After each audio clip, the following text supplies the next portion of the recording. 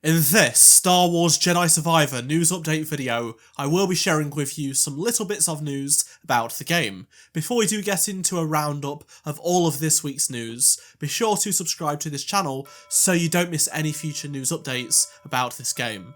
We are less than 2 months away from the game releasing, which is so exciting. We'll be getting more big news in the coming weeks, I suspect, but I thought I'd share with you some small bits that did pop up throughout this week. Also, I spent some time making some new graphics, so I thought I'd test them out in this video, so please do let me know down in the comment section below what you think of them. So last month, I showed you that the game's deluxe edition cover art was leaked on the Xbox and PlayStation Store. In the last few days, I also found that online retailers have now received the deluxe edition cover art for physical copies to put on their product listings. As you can see from the images on screen, this is how the deluxe edition will look if you buy the disc version of Jedi Survivor.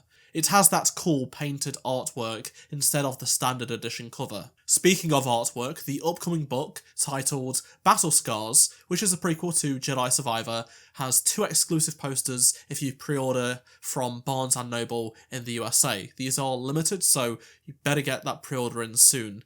The posters you get are this screenshot from the teaser trailer, which is going to be cool, I think, to have, as well as the cover art for the book itself. Yet another Jedi Survivor bonus is how the game is now free with select AMD CPU purchases. The bundle officially started this week, and we also now have an actual end date that's been revealed by AMD. So you have until April 1st to get your game with a CPU, and the codes must be redeemed on AMD's website by May 6. Lastly, it looks like we got some parts of Jedi Fallen Order in a recent part of other Star Wars media. This is a spoiler warning for the 5th Bad Batch episode. So this week's Bad Batch episode may have featured a Zepho tomb and technology, much like what we saw in Jedi Fallen Order.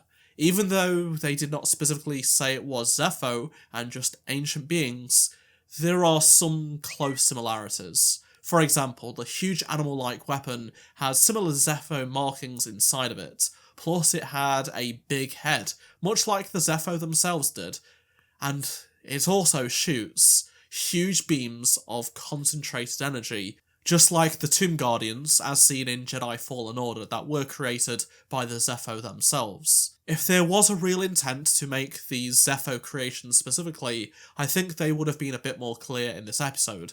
They have just left it vague enough to say, in the future, yes, these were Zepho, or later on say, no, they're not Zepho, they're just other ancient civilizations. Having said that, what if this huge beast shows up in Jedi Survivor or something, like, not this exact one, but one that's very similar, or something else that is similar to it?